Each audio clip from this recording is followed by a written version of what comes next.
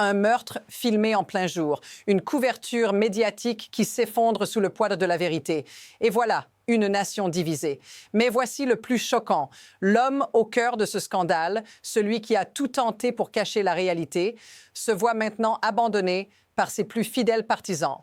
Donald Trump, pris dans un tourbillon qu'il n'a pas vu venir, et les conséquences de son acte sont bien plus graves qu'il ne l'imaginait. Ce n'est pas simplement un événement isolé, c'est un moment décisif qui secoue la nation entière. Mais la question qui brûle sur toutes les lèvres, que se passe-t-il quand ceux qui sont censés protéger la vérité se retrouvent piégés par leurs propres mensonges? Restez bien là, car ce qui va suivre pourrait tout changer. L'histoire d'Alex Jeffrey Peretti n'est pas qu'un simple incident isolé. C'est un point de rupture, un moment charnière où tout ce qu'on croyait savoir sur la justice, la vérité et le pouvoir est remis en question. Le meurtre, suivi d'une tentative effroyable de dissimulation, expose une réalité que beaucoup préfèrent ignorer. Alex Peretti, un simple homme, un héros, tué pour avoir défendu une femme, un acte de courage brut, et pourtant, ce que les autorités ont fait ensuite va bien au-delà de l'inacceptable. Mais voici la vraie question. Pourquoi est-ce que personne ne veut entendre la vérité? Pourquoi ceux qui sont censés faire respecter la loi choisissent-ils de couvrir un meurtre de sang-froid? Et surtout, pourquoi une nation entière semble prête à fermer les yeux? Donald Trump pensait pouvoir étouffer la vérité, mais les faits sont là, irréfutables.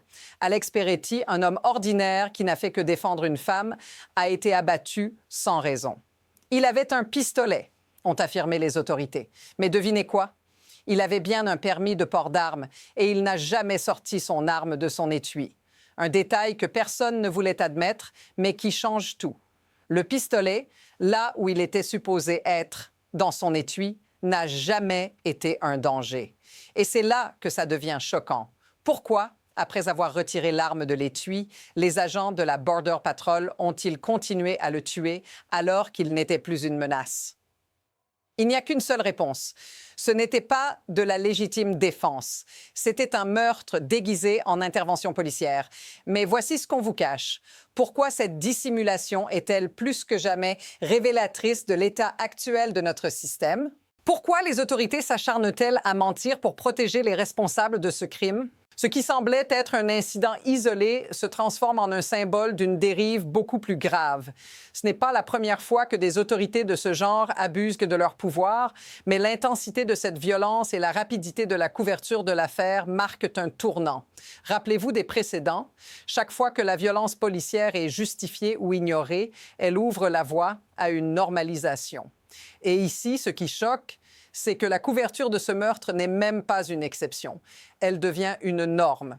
Comment peut-on justifier la violence de cette ampleur alors que des témoins et des vidéos montrent clairement la vérité? Les réponses officielles ne sont pas seulement fausses, elles sont dangereusement manipulées pour masquer un crime en toute impunité. Le plus inquiétant, c'est que ce genre de pratique devient de plus en plus fréquent, un véritable précédent. Mais voici où ça devient encore plus alarmant. Ce qu'on accepte aujourd'hui pourrait bien être ce qu'on tolère demain. Et si cette impunité continue, jusqu'où cela ira-t-il? La dissimulation de la vérité n'a pas seulement échoué, elle s'est retournée contre ceux qui l'ont orchestrée.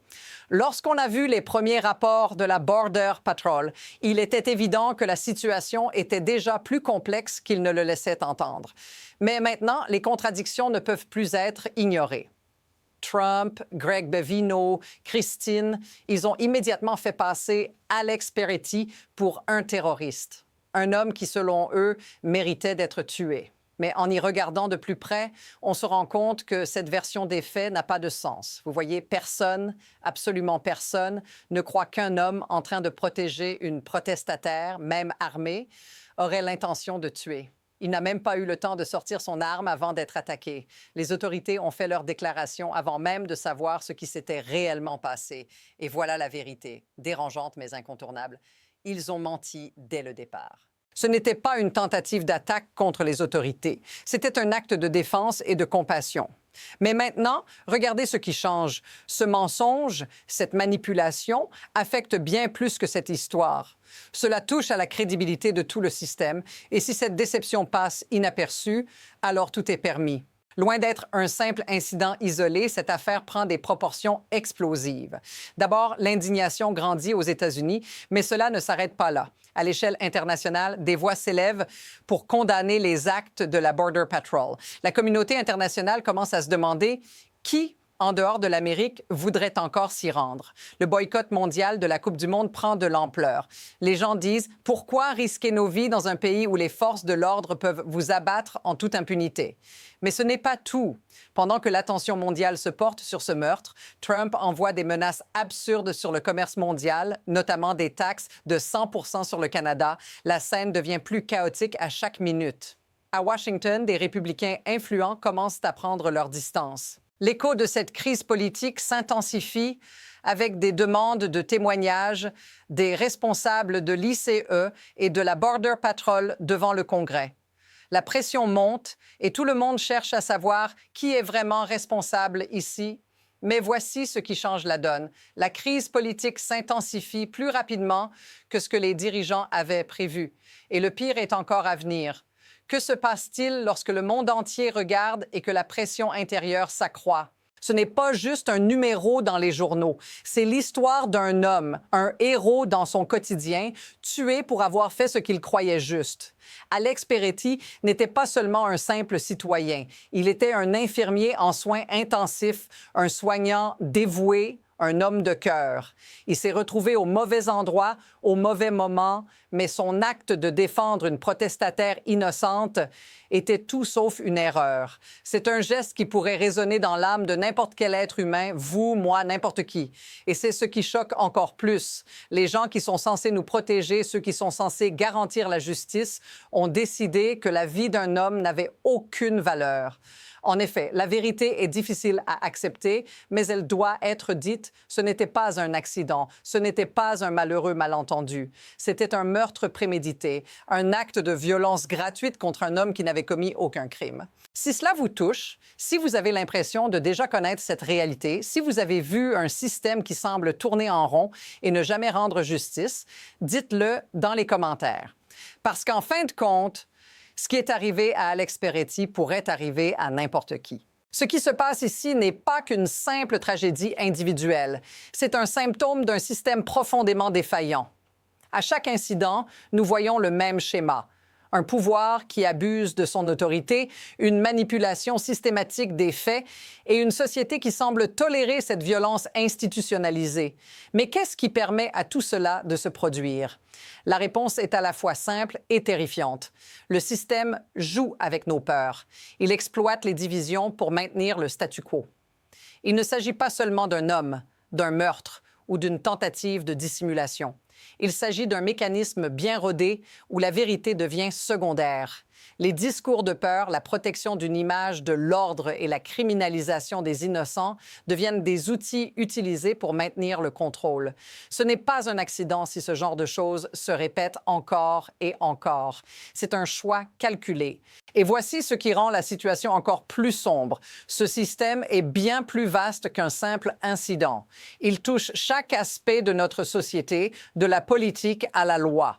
Mais voilà ce qui est le plus perturbant. Plus nous laissons ce système faire, plus il devient difficile de sortir de cette spirale. Et c'est exactement ce que ceux au pouvoir espèrent. L'avenir de cette affaire dépend de l'intensité avec laquelle la société va réagir. D'un côté, il y a ceux qui veulent tout oublier, passer à autre chose et qui préfèrent laisser les choses se calmer. Mais de l'autre, il y a un autre groupe, plus déterminé que jamais, qui commence à comprendre l'ampleur de ce qui est en jeu. L'un des chemins qui s'ouvrent devant nous mène à un bouleversement systémique. Des réformes dans les institutions, une refonte de la manière dont nous traitons les abus de pouvoir. Mais même dans cette voie, l'incertitude persiste. Combien de temps faudra-t-il pour que la pression devienne irrésistible? Quelles concessions devront être faites pour éviter un bouleversement total? L'autre chemin, plus sombre, est celui de l'inaction. Si cette histoire s'essouffle, si l'indignation disparaît, alors nous risquons de voir encore plus de violations des droits humains, encore plus d'impunité. Ce n'est pas un scénario qui semble si lointain. Mais voici ce qui est crucial. Chaque décision prise aujourd'hui façonne ce que sera le lendemain. La question n'est plus de savoir si un changement va se produire, mais quel genre de changement cela sera. La course est déjà en marche. Ce n'est pas simplement une histoire de pouvoir ou de politique. C'est une question fondamentale sur ce que nous, en tant que société, sommes prêts à accepter. Le meurtre de Alex Peretti n'est pas un incident isolé. C'est un avertissement. Une alerte sur la direction que prend notre monde si nous ne nous arrêtons pas et ne demandons pas des comptes à ceux qui détiennent le pouvoir. Les mensonges, la manipulation, la violence institutionnalisée, tout cela fait partie d'un système que beaucoup préfèrent ignorer, mais qui est en train de détruire les fondements même de notre société. La vérité, aussi inconfortable soit-elle, est là devant nous. Ce que vous voyez dans cette affaire, ce n'est pas seulement un drame individuel, mais un microcosme des luttes plus vastes qui se jouent. Et voici la vérité fondamentale qui dépasse tout le reste. Ce que vous choisissez de faire après avoir vu cette vidéo changera peut-être tout. Le temps de rester silencieux est révolu. Si vous croyez que cette situation doit changer, si vous sentez qu'un appel à l'action est nécessaire, alors il est temps de faire entendre votre voix. Pour continuer à suivre l'évolution de cette histoire et d'autres révélations, abonnez-vous à la chaîne, laissez un commentaire et soyez partie prenante de ce changement. Nous devons tous être conscients de ce qui se passe et rester unis dans la lutte pour la vérité et la justice.